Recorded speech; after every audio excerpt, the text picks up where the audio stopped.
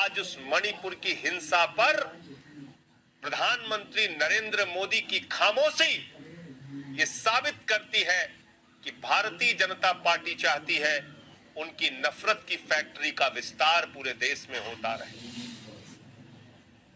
उनकी नफरत की फैक्ट्री का विस्तार पूरे देश में होता रहे। कभी हिंदू मुसलमान के नाम पे झगड़ा कराओ, कभी हिंदू सिख के नाम पर झगड़ा कराओ, कभी हिंदू क्रिश्चियन के नाम पे झगड़ा कराओ।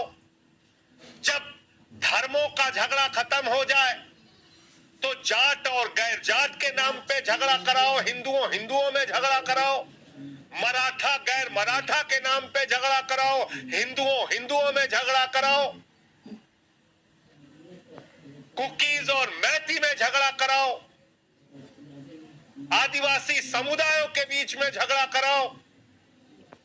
तो भारतीय जनता पार्टी दरअसल भारतीय झगड़ा पार्टी बन गई है। भारतीय झगड़ा पार्टी झगड़े कराकर, नफरत फैलाकर, हिंसा फैलाकर पूरे देश की बर्बादी भारतीय जनता पार्टी का मकसद है। इसलिए मैं हाथ जोड़कर निवेदन करना चाहता हूं इस देश के लोगों से कि इनकी असलियत को पहचानिए। जब तक ये अस्तित्व में रहेंगे इस देश का विकास नहीं हो सकता, नौजवान के हाथ को रोजगार नहीं मिल सकता, महंगाई से छुटकारा नहीं मिल सकता, किसान को उसके फसल का दाम नहीं मिल सकता। 1.5 महीने से मणिपुर जल रहा है, सैकड़ों लोग की जान चली गई, कुकीज और मैतीस के बीच में झगड़ा कराया, हिंसा हो रही है और हिंसा भी कोई सामान्य हिंसा नहीं। उस राज्य की एक महिला मंत्री का घर जला दिया गया,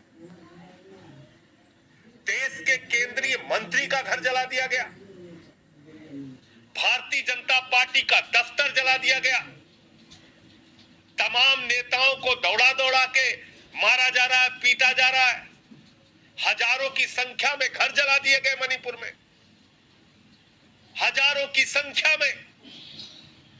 और मैं प्रधानमंत्री नरेंद्र मोदी जी से पूछना चाहता हूं कि बताओ जरा हमें कि कैसे वहां पर AK-47 और विदेशी हथियारों का इस्तेमाल मणिपुर की हिंसा में हो रहा है। कहां से आ रहे हैं हथियार? चीन से आ रहा है, पाकिस्तान से आ रहा है, म्यांमार से आ रहा है, कहां से आ रहा है? लेकिन प्रधानमंत्री खामोश है।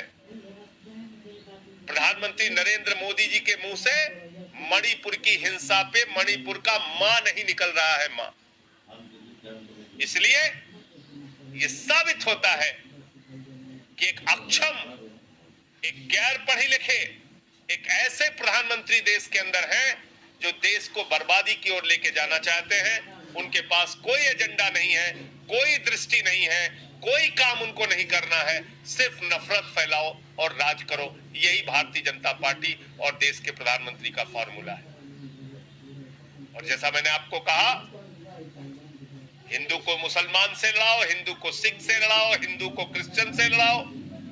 जब धर्मों के झगड़े से खाली हो जाओ तो जाट को गैर जाट से लड़ाओ, मराठा को गैर मराठा से लड़ाओ, आदिवासी दो समुदायों के आदिवासी के दो समुदायों के बीच में झगड़ा कराओ, आदिवासी को आदिवासी से लड़ाओ। तो ये भारतीय झगड़ा पार्टी का काम है। इसलिए मैं प्रधानमंत्री जी से कहना चाहता हूं, प्रधानमंत्री जी अमेरिका और विदेशों की सैर छोड़िए, हिंदुस्तान की जो परिस्थितियां हैं उसमें आइए, मणिपुर जाइए और जाकर उस परिस्थिति का सामना करके उसका समाधान कीजिए। आपके ही लोग मारे जा रहे हैं, उनके घर जलाए जा रहे हैं, फिर भी आप खामोश हैं। तमाम लोग कैंप्स के अंदर रह रहे हैं हजारों की संख्या में, फिर भी आप खामोश हैं। ये बहुत ही दुख का विषय है। इसलिए मणिपुर हिंसा पूरी तरीके से भारतीय जनता पार्टी की सरकार की नाकामी का प्रतीक है। मणिपुर की हिंसा इन लोगों लोगों के द्वारा फैलाई गई नफरत के कारण हो रही है और भारतीय जनता पार्टी की सोच के कारण हो रही है। दूसरा विषय आज रेलवे का है। प्रधानमंत्री ने रेलवे को भी पूरी तरीके से बर्बाद किया है। इनकी सरकार ने रेलवे को पूरी तरीके से बर्बाद किया। पहले रेल का बजट अलग से आता था, गाड़ियां नई शुरू होती थी, बुजुर्गों के लिए यात्रा में छूट होती थी, पहले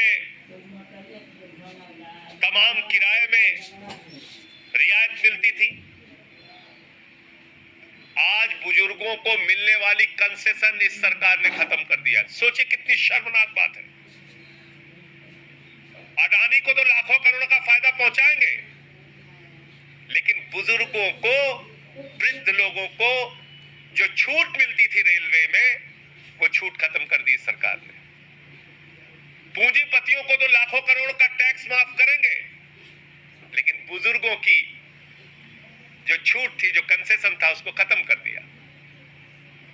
रेलवे सुरक्षा की बात करें, आज टिकट कटा के भी आपको सीट नहीं मिलती। भूसे की तरह, जानवरों की तरह ट्रेन में लोग भर भर के जा रहे हैं। टिकट करा लिया, रिजर्वेशन करा लिया, सीट नहीं